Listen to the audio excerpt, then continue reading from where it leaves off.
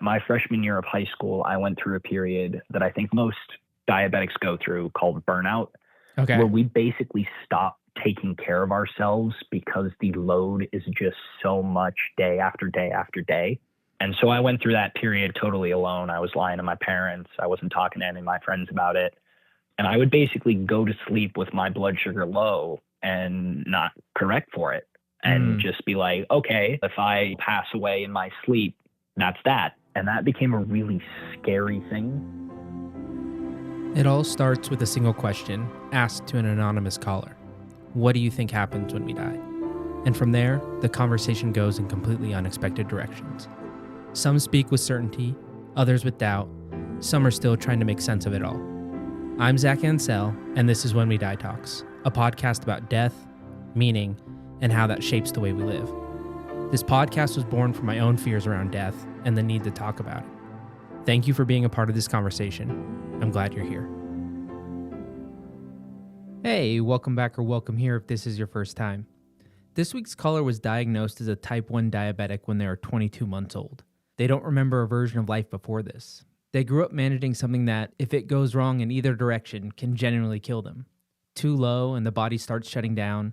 Too high and it's doing damage that doesn't show up until decades later, in the heart, in the eyes, in the joints.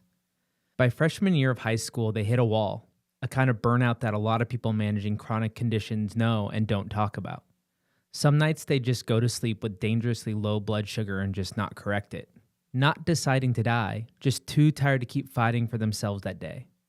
Something happened with the burnout period, though. Not long after, they started teaching themselves psychology. By junior year, kids at their high school were seeking them out to talk. Some nights taking calls until 2 a.m. on school nights, walking people through crisis. They've kept showing up for people ever since. That's the tone of this whole call. Even at its most intense, it stays measured and calm. One quick thing, we had a small tech hiccup right at the start, so the conversation picks up a little abruptly. Nothing's missing, just wanted you to know that going in. Let's get into the call. I hope you enjoy. Oh, Hey, how's it going? good. How are you doing today? Oh, not too bad. I guess to kind of start things off, this could go into the full-on conversation, so I want to keep it contained a little bit. So maybe briefly, you could just let me know why you even wanted to have this conversation about death. I always say it's a topic that a lot of people don't like to talk about, and then you're also jumping on the phone with a complete stranger. Yeah, unfortunately, death is something that comes up in my life quite a lot. Not that people around me are passing and dropping like flies, but I was diagnosed as a type 1 diabetic at 22 months old, and I am 24 now. And so it's been quite a while of handling that. And the ups and downs that go with that, quite literally, in terms of the blood sugars. Oh, I'm sure. And I've always found it easier to talk about that sort of thing with strangers because there is a level of detachment and it doesn't necessarily take away from any sort of connection or kinship that you might have with a person. But they are heavy topics to talk about and discuss, especially with people that are close to you that could lose you. Yeah. Well, I'm glad to be the stranger that you get to talk to today about it. I love having these conversations, obviously. I've been doing a lot of them. And yeah, I'm excited to dive into that. We texted, I just want to say very briefly, I obviously had what you just talked about there in your application. And then you texted me a story that I'm sure we'll bring up at some point during the conversation. That is something that has come up on the show before, but in a different context. And so I'll be interested in how you bring it in. And maybe I'm just doing too much foreshadowing or making this too mysterious. But before we do that, before we dive into all of that, maybe we can get to know you just a little bit. Obviously, we're keeping the anonymity. And so obviously don't want to expose who you are or whatever. So I've shifted this question a little bit to what state do you live in now? And where did you grow up? And then the other half, what's your favorite book and why? Okay. I have basically not left the 50-mile radius that I grew up in. Okay. So I grew up in the greater Boston area in Massachusetts. Okay. And then my favorite book, it has to be, I've got two in contention right now. Okay. Because one of my siblings recently released a book. Oh, nice. And that is quite high up there. I finished reading it last night, and I've been sending them some congratulations about it. But then in addition to that, Brandon Sanderson's Stormlight Archive. It's a series of 5 books, but I really enjoy his work. It talks a lot about faith and responsibility and, what kind of person do you want to be? I always hear such great things, and I'm always curious, but then I'm also like very intimidated because it always seems like they're very long series of books. Yes. So maybe I'll have to jump into this one because sometimes I'm like, I don't know, and it's not just him. There's other kind of fantasy type writers where it's, this is part of a 39 book complete epic saga and this and that. And it's just, that's an undertaking because I can see myself getting sucked into something like that. And then I'm not reading anything else. Like right now I'm completely sucked into, I had a friend give me the first 3 or 4 of the first 5 books in the Dungeon Crawler Carl series.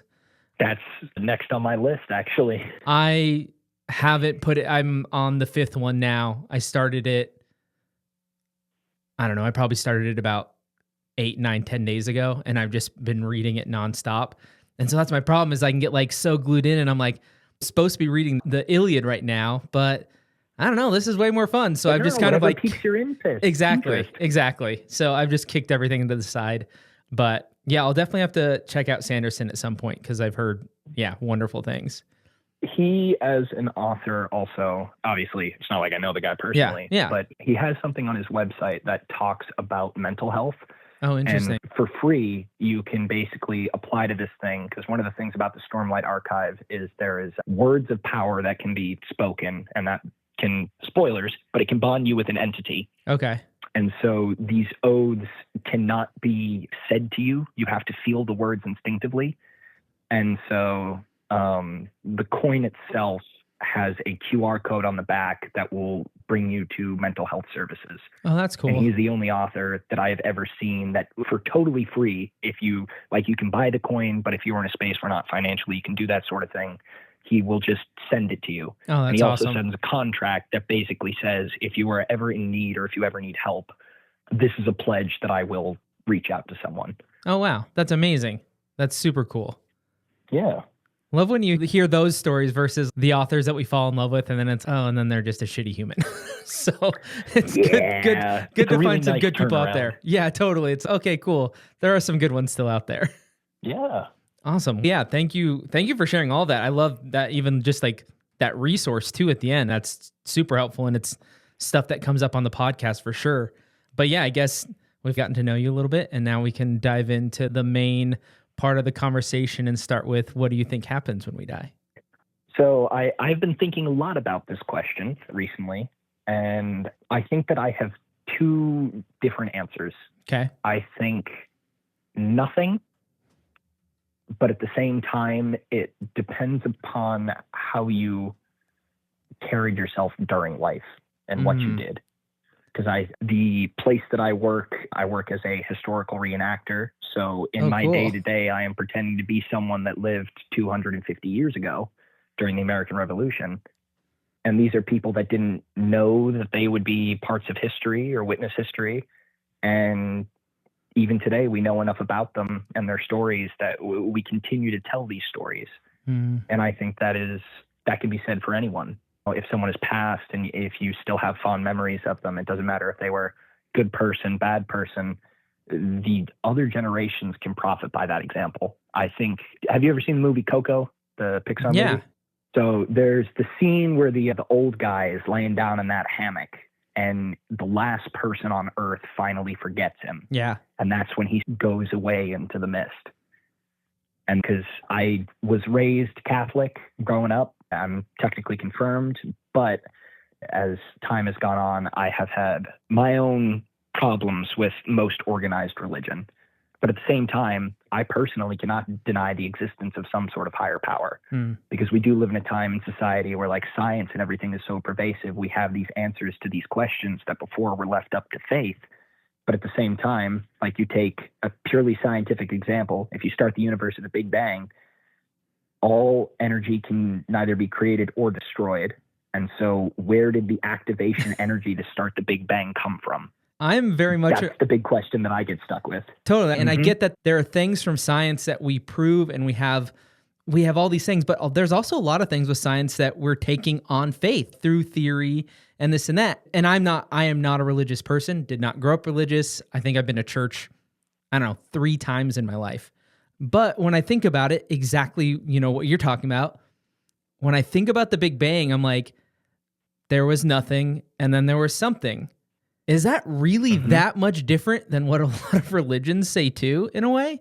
And so, yeah, I do think that is the one thing is we have swung this complete opposite way into what we just say is complete ideology around fact, which there are more facts around it for sure, but there's still a lot of mystery that it doesn't solve for. And the one I always come up against is consciousness too. Like that one is just mind-boggling that we just say, oh yeah, this just happens. And that's how it works. But sorry, I cut you off. It leaves so many more questions. Yeah.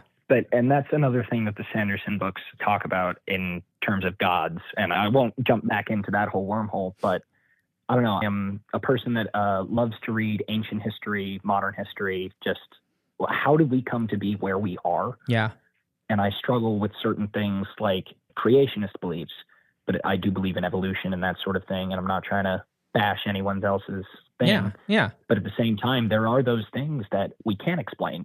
And Lord knows that, and I say that obviously being raised Catholic, yeah. But Lord knows that I have had many instances where it's a miracle that I'm still here, and I'm eternally grateful for that. And I hope that, I don't know, there's want to do something with it. Yeah.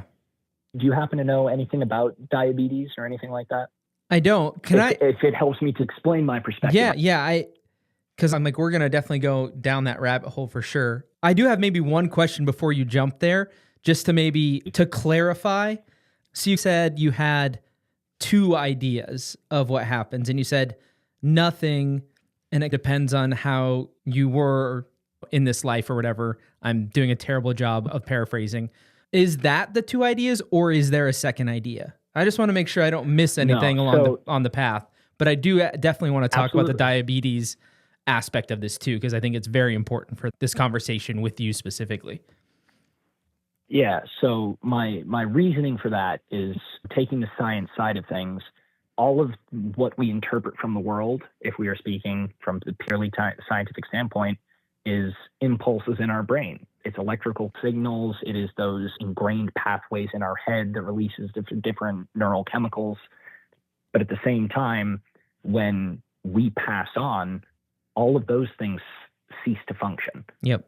In my opinion. So do I think that there's an afterlife or anything like that? Honestly, I don't think so. And that is a super scary thought to think about.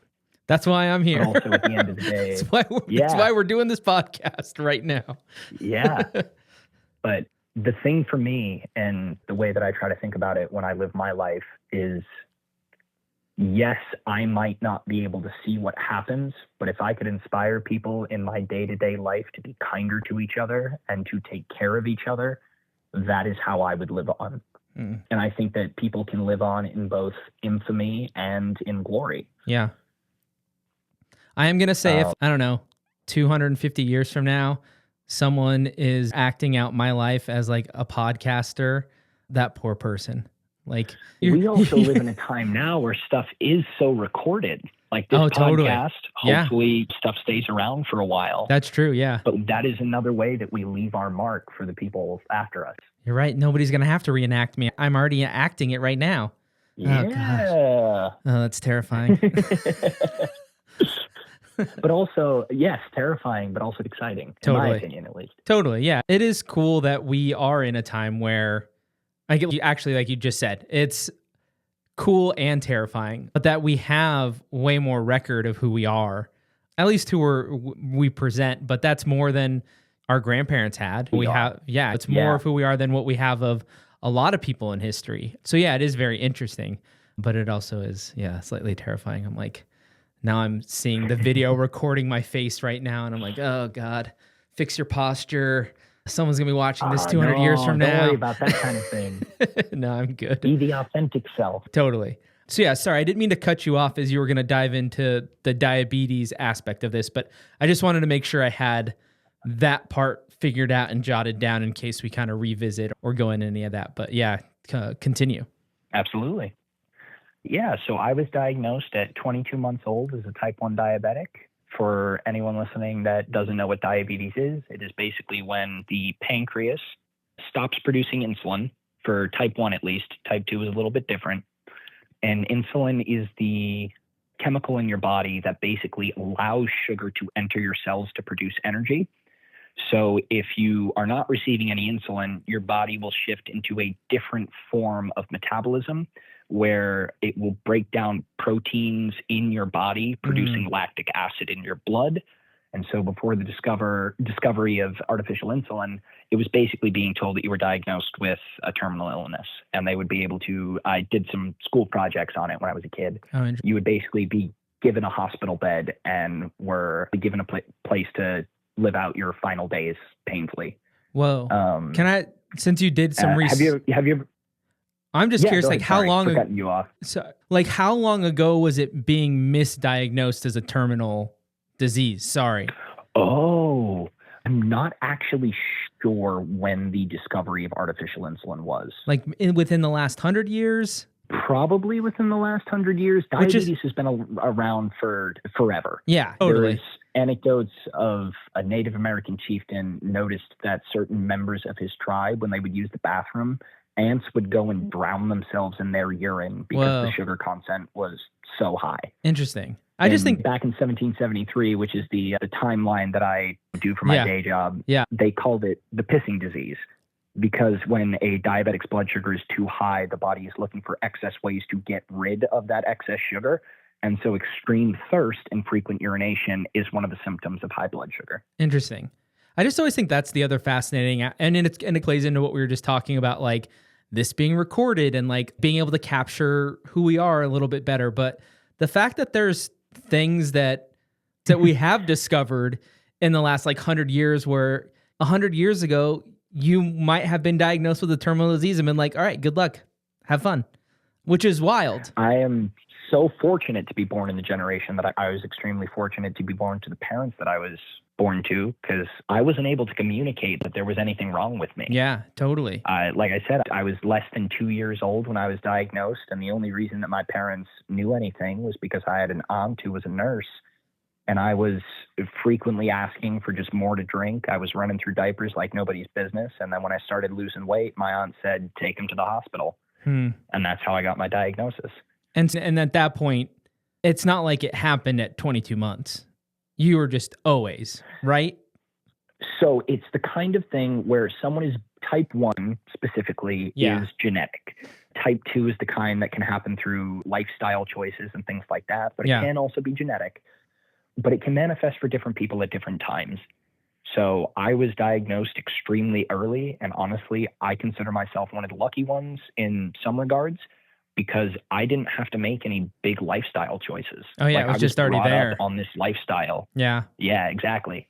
Whereas I was very fortunate enough to go to an overnight camp that was specifically for diabetics. So all of the campers were diabetics. Most of the staff was diabetic. And there were nurses assigned to every activity, every cabin. They would come in and check our blood sugars during the night. And again, extremely fortunate to be able to do that sort of thing. Yeah.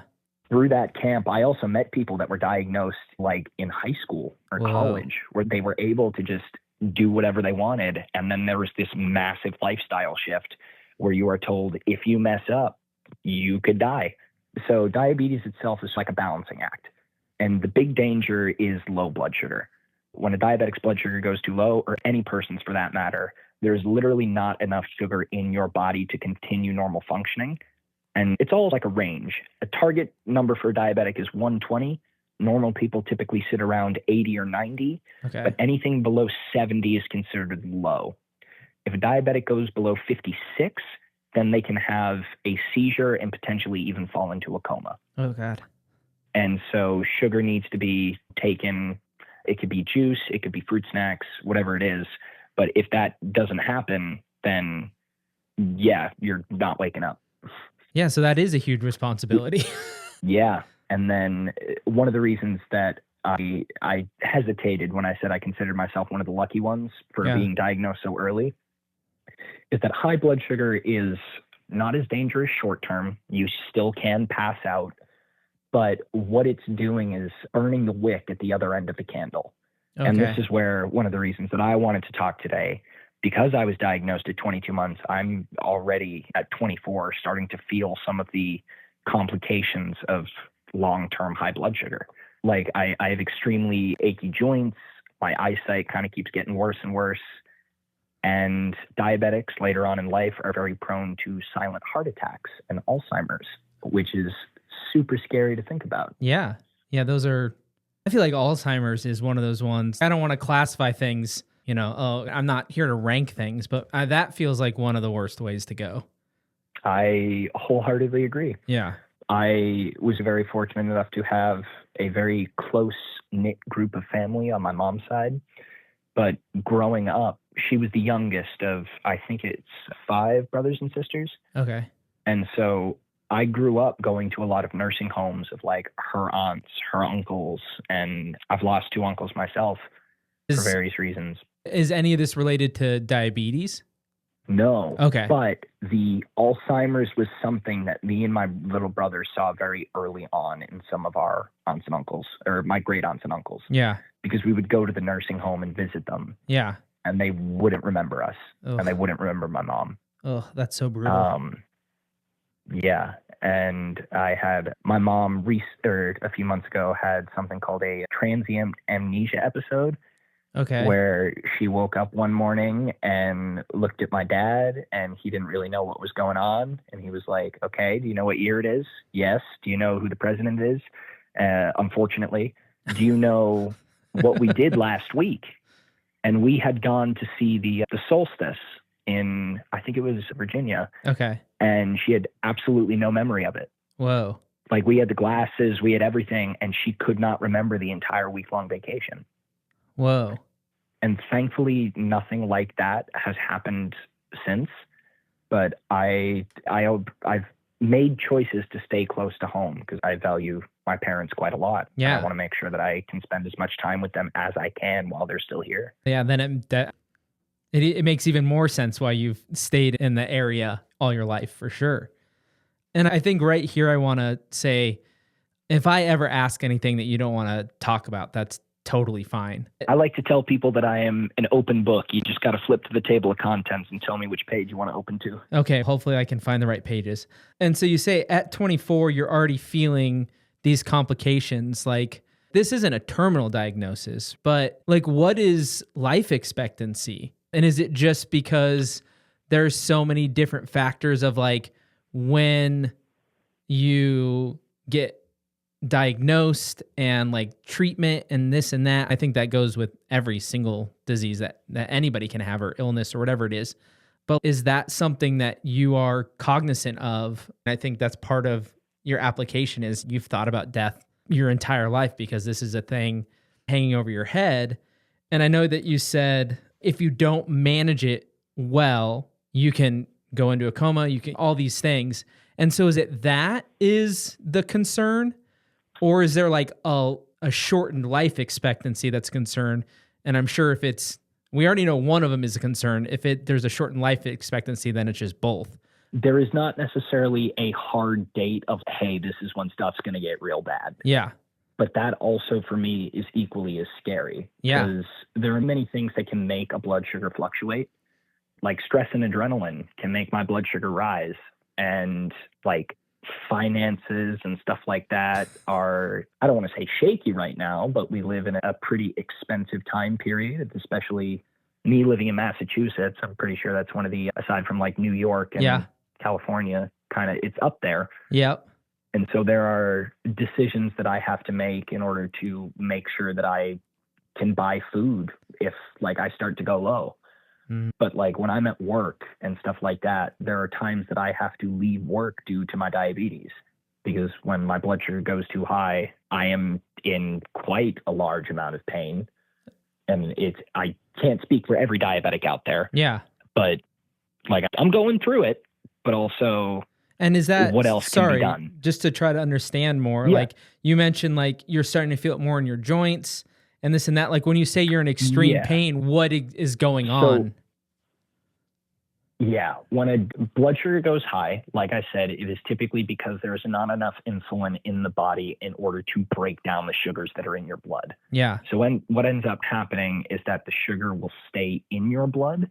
So if you think of your veins as like a hose and the oxygen cells that is in your blood as little grains of sand, Yeah. when the blood sugar rises, sugar is crystallizing on those grains of sands like tiny razor blades.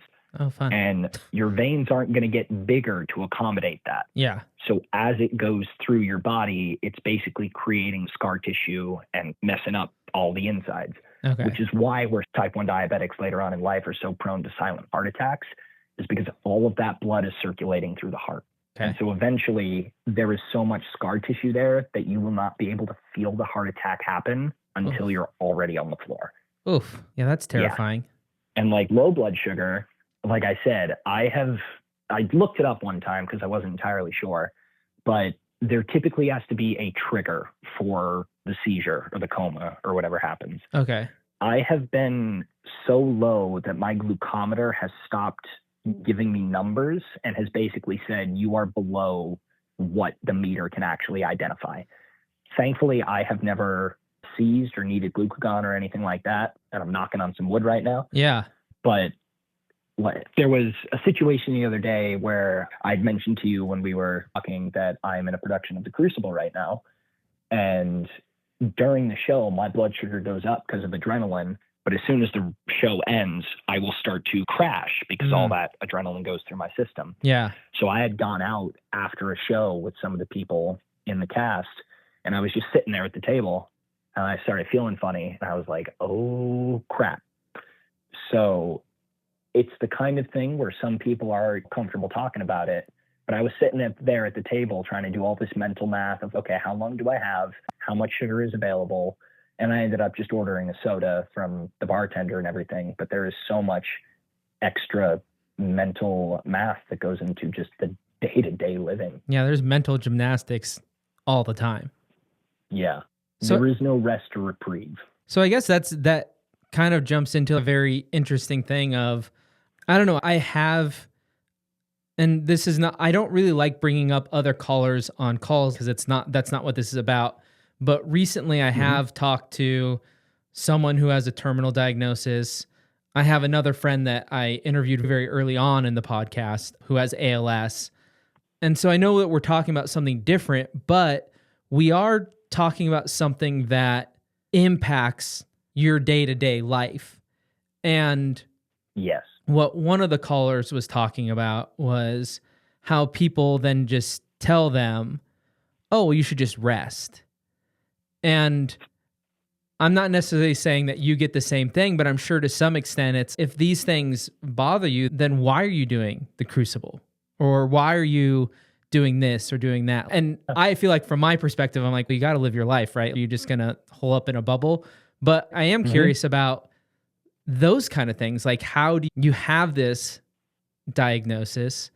How do you, I mean, it's a really dumb question almost to some extent, but how do you live? No, how do you live your life? Like that, Yeah. it seems like such a dumb question to ask, but I think it is the best question to ask out of that, because I think a lot of people will be like, oh yeah, you just got to play it safe then.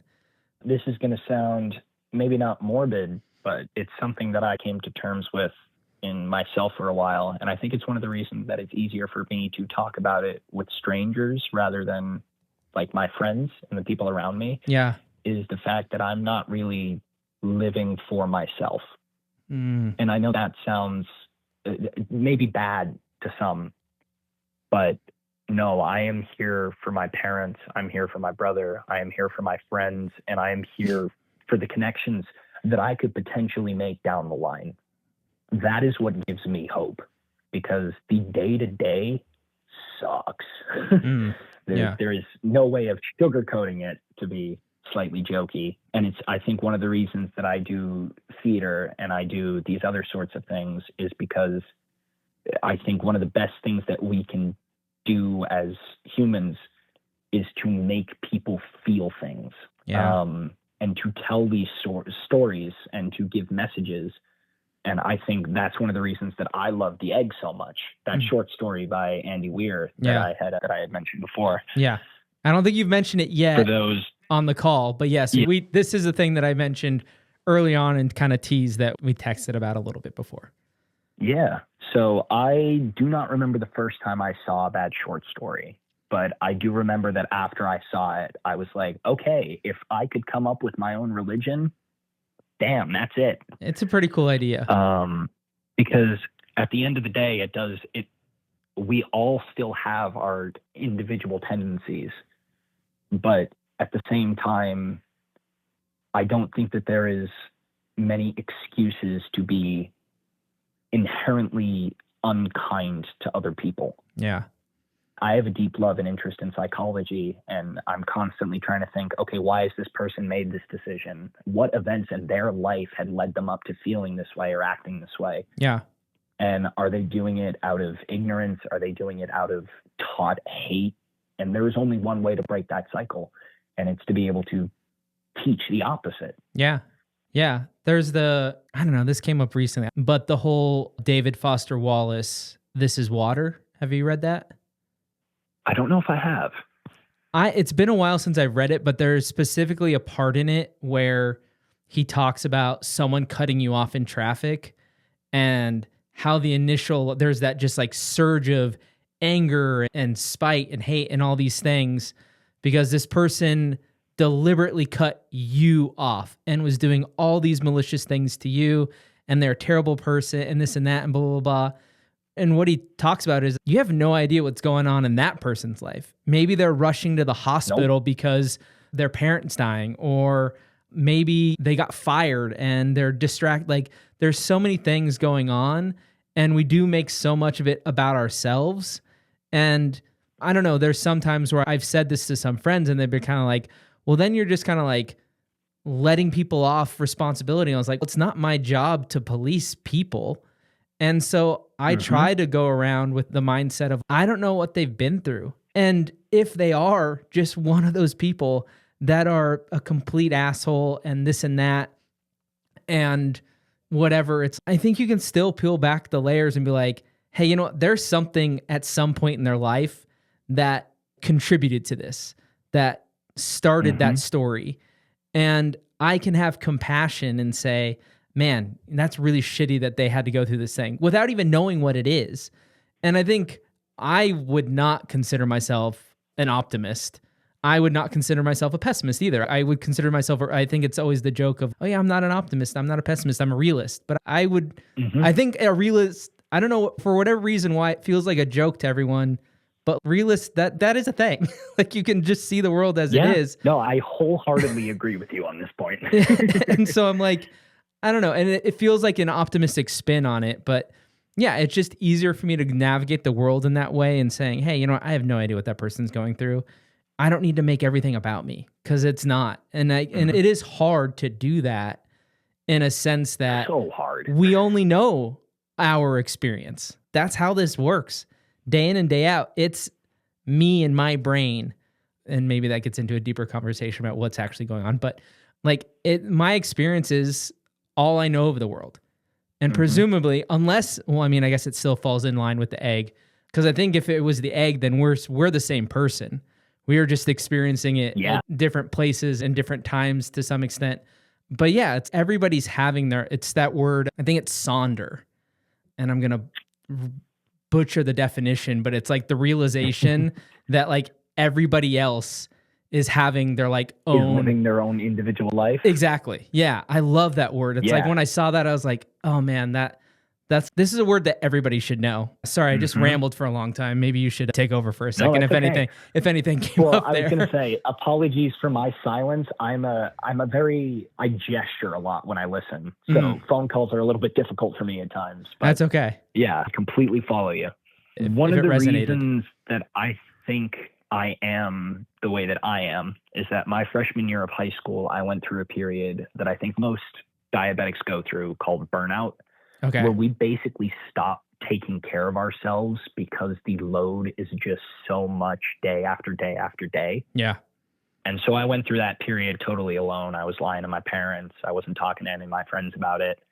And I would basically go to sleep with my blood sugar low and not correct for it. And just be like, okay, if I pass away in my sleep, that's that. Yeah. And that became a really scary thing for I'm me. sure. Yeah. And so keep in mind, I'm a freshman in high school when this is going on. And so I decided, you know what? I'm going to be that helping hand that everybody else needs. And it got to a point for me where I started teaching myself about psychology, and to the point where I had people, and this is its whole other own can of worms, unfortunately, but I had people basically recommend their friends to talk to me rather than going to the guidance office and stuff like that. Oh, interesting. I ended up having to report 2 different people for suicide notes.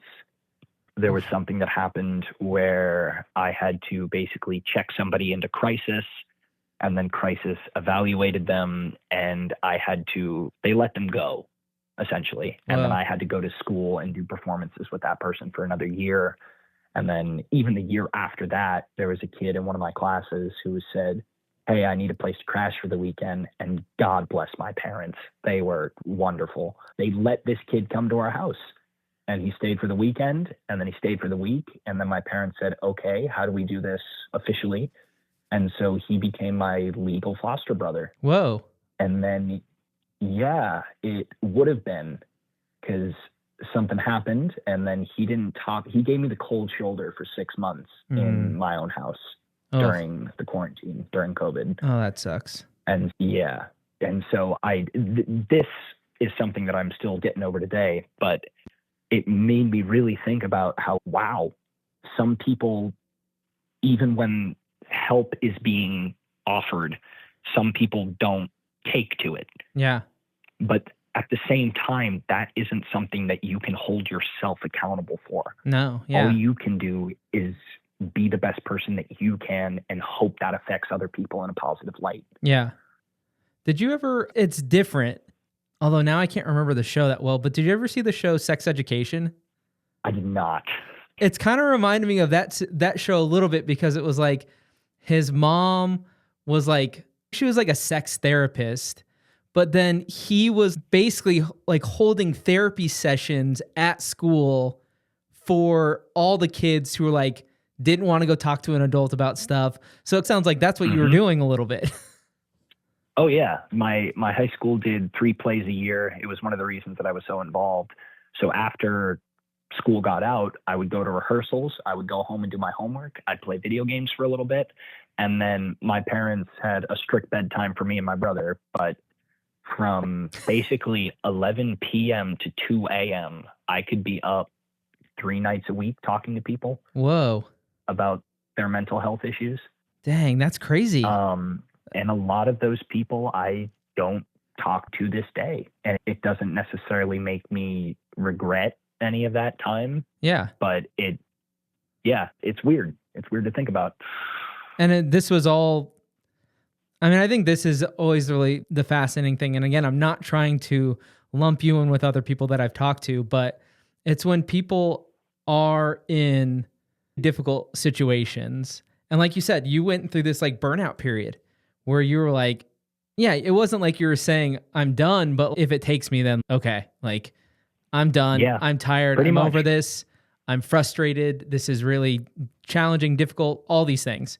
And I don't know. I think with the way that we are presented, how the world works, I mean, it is, especially now, right? Everything is doomsday. Everything's horrible. Everything's bad. And you just hear a story like that, and you could see how easily it would have been to become hardened and calloused and angry at the world. Hey, I got diagnosed at not even 2 years old. This fucking sucks. I didn't deserve this. This isn't fair. Screw this. Screw everybody. And I'm also not going to say that you didn't have your moments where you don't yell. I'm talking to you for an hour or whatever. I don't know you fully in and out. And so I'm sure there's moments where you scream into a pillow or something. But to go through that and then to say, hey, you know what? I'm going to use this as a way to help other people. I think that's really amazing. Like I said before, it gave me perspective. Yeah. Like I said, it might put it into context now, but like I said, I'm not taking care of my diabetes for myself. Yeah. Yeah. It is so that I can continue to have these experiences with people that matter to me and form new connections with people that will matter to me. And I think that's directly to that, right? Is the callous and the hardening is almost, I don't want to like stereotype, or I don't understand at all. I have no way of understanding what you've been through. But that would almost be the way of isolating yourself from the world and saying, you know what, this is all bullshit. I'm not doing any of this. And yeah, you've allowed yourself to open up to the world and continue to live life and be there for your loved ones and continue to have experiences and say that this isn't going to define me. Yeah. And it's a double-edged sword, but like, I know that I want to have a family of some sort. And what I mean by that is that it doesn't necessarily have to be a biological child, like I'd certainly adopt or anything like that. Yeah. But for me, I was so fortunate to have the parents that I did, and I want to continue that cycle, keeping, I don't want to say good values because nobody's a perfect person. Yeah. But my parents, like my mom growing up, would bring me and my little brother to like charity events and homelessness drives and stuff like that. And yeah, but then that double-edged sword of it is, if I start this family, how long is it going to be before this disease takes me? Yeah. Is the stuff that I'm doing that I did in my early teens and my early 20s, is that going to then prevent me from seeing my children become adults? Yeah. And it's a scary thought that I don't necessarily give a ton of brain space to. And that's why it's a day by day thing. But my family also had a saying of, we're not here for a long time. We're here for a good time. Totally. There's a million things that could happen to you that aren't diabetes that could kill you. And so I think sometimes I totally get what you're saying of, you don't give a ton of mental thought to it because it's almost like this huge what if. And it's like, you just kind of have to live life at some point, right? Exactly. Because there's a million reasons to not do things. The one that I always come back to is cars are terrifying. If you're not terrified, moving death machines. If you're not terrified of a car, like you haven't really thought it through. But I still get in my car. I still drive places. It's not like I'm terrified of doing it, but yeah, there's a huge risk in getting into a car every day. Mm-hmm. And so yeah, you have to continue to live your life. I guess one thing that I kind of have two last questions for you, but because we've kind of talked about this conversation in a really interesting way, and so I almost want to loop it back. And this isn't a question that I necessarily ask everybody, but as we've talked about you having diabetes and then all these like life experiences, where do you land on death in the sense of like your fear around it? It's something that you do have to think about all the time. And so I'm curious how and if that weighs on you at all. Yeah, there are days where it is oppressive. Yeah. There are days I frequently will write, and it sounds silly, but I'll write a little poetry about it because like its own puzzle where I am trying to fit what I'm trying to say into the syllable count and the rhyme or whatever it is. Yeah. But I frequently will write about my diabetes because I don't necessarily want to talk to other people about it. And there's one line, and I'm just trying to remember it off the top of my head so I don't have to dig through my phone and find it. Should I even befriend if I can't recall in the end the good times we shared and the moments we spent together in any weather could have been never better, but this nervous center tenders fender benders, and it's been getting really tired of all the big spenders, i.e. my blood sugars. Mm-hmm.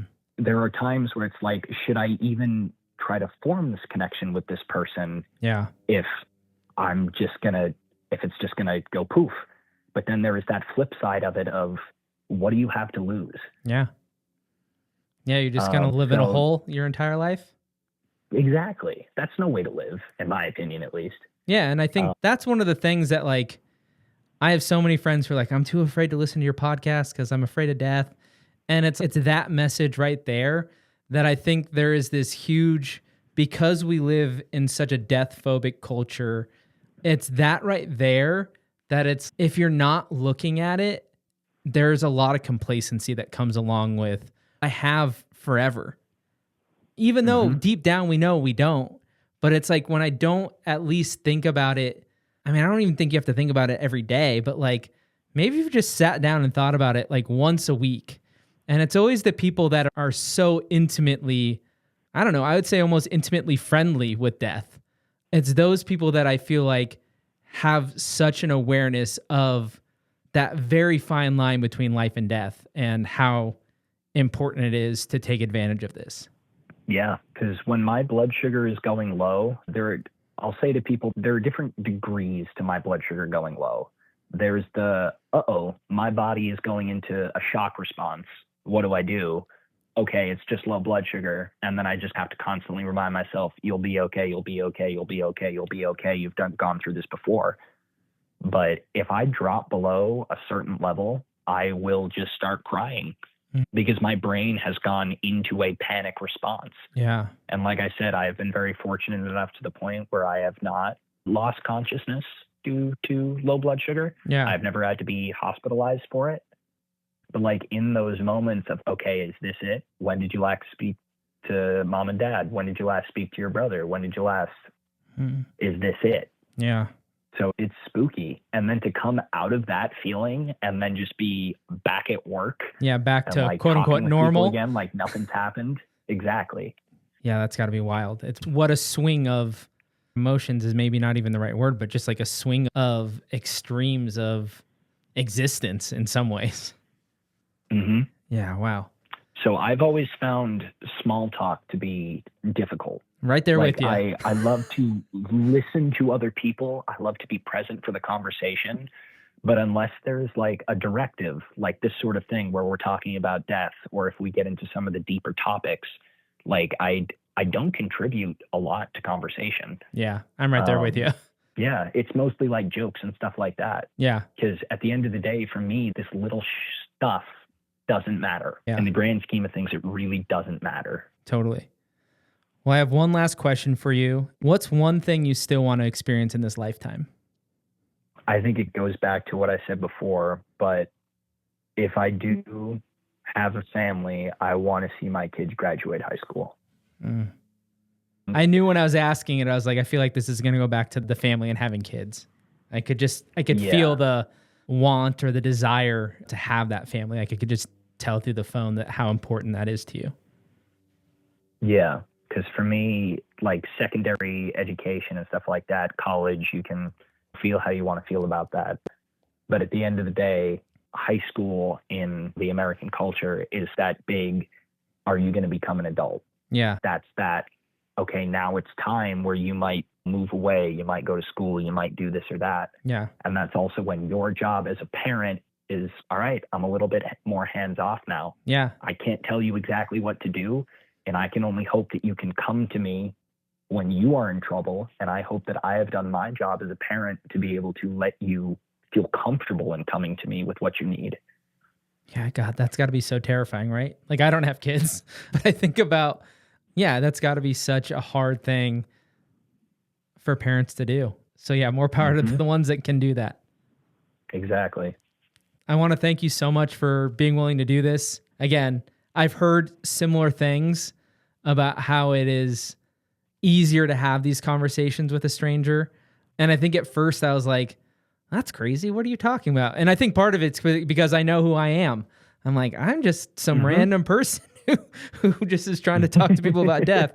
But I do get how it changes the dynamic of trying to talk to someone close to you. Sometimes I think part of it is, I don't want to say like selfish, but like, I think part of I don't know, now I'm just speaking out my ass probably, but there's probably a concern that they take it a little bit.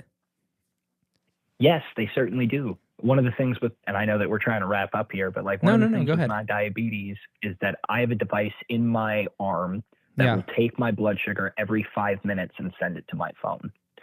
And from my phone, I can send it to up to 10 different people.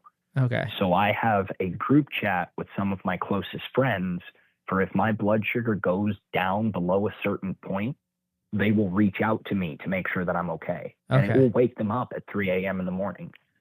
And so I have a rule with myself that I need to know someone for a full year before I even consider adding them to that. Because there is this level of weight and responsibility. And like I have a partner and she's amazing, but it hurts me to see her face sometimes when she knows that I'm not doing well. Yeah.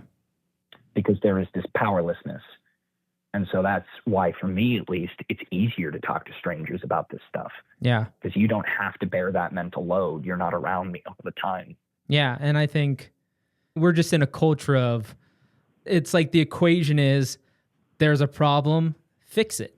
And it's not. No, some problems are just there. Yeah. It's not that simple. And so I think that's one thing that I've definitely learned over doing a bunch of these calls is I come in with a lot of curiosity. I'm just genuinely curious about what people think and what people are going to say.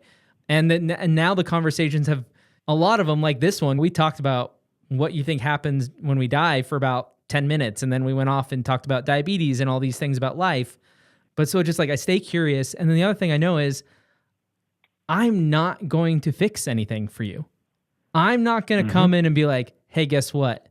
Did you know if you put a pencil in your mouth, diabetes goes away? And you're like, holy shit, Zach, I did not know. You said you made so much money, Zach. You have no idea.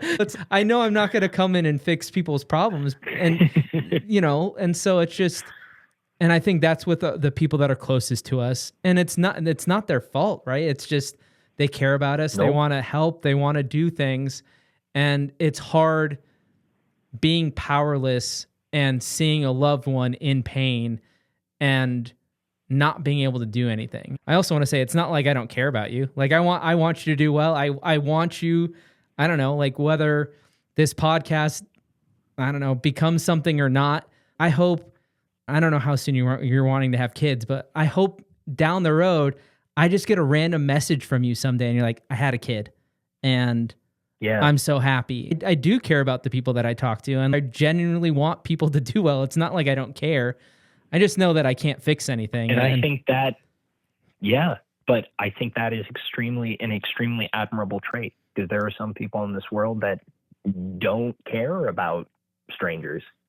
But I think that in order to improve the world we live in, we have to have some care for the people around us, even if we don't know who they are. Yeah. Yeah, for sure.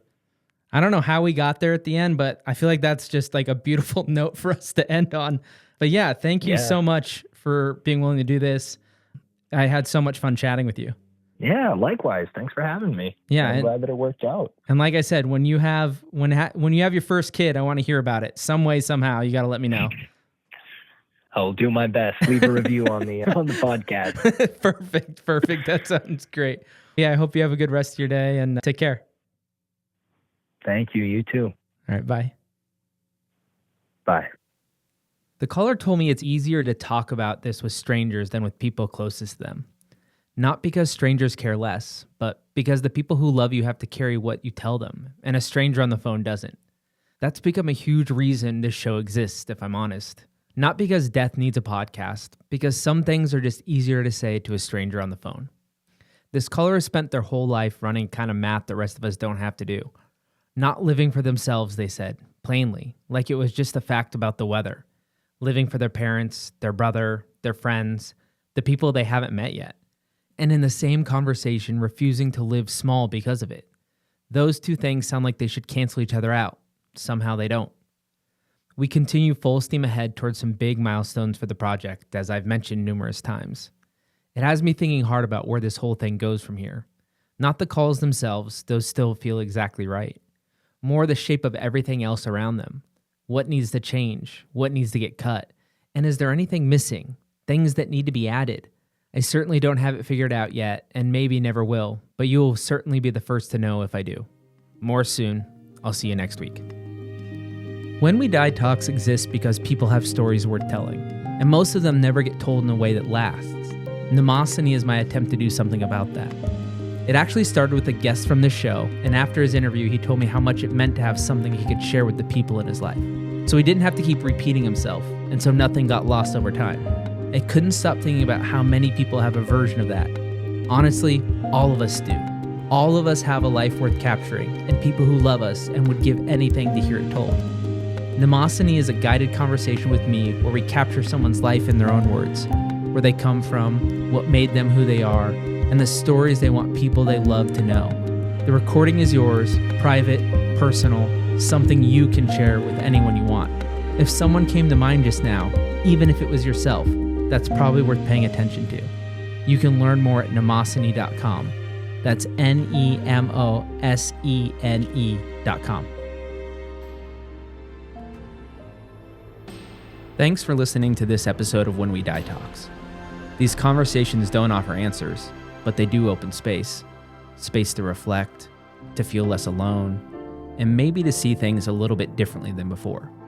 If you'd like to explore your own beliefs out loud, you can apply to be an anonymous caller at whenwedietalks.com. And if a full call feels like too much, the voicemail is always open. Leave a message at 971-328-0864 and share whatever death has stirred in your life. Listener support truly helps keep this project going. If you'd like to support the podcast, you'll find a link in the show notes. And as always, please like, share, and follow. Every bit makes a difference. Until next time, have a good life.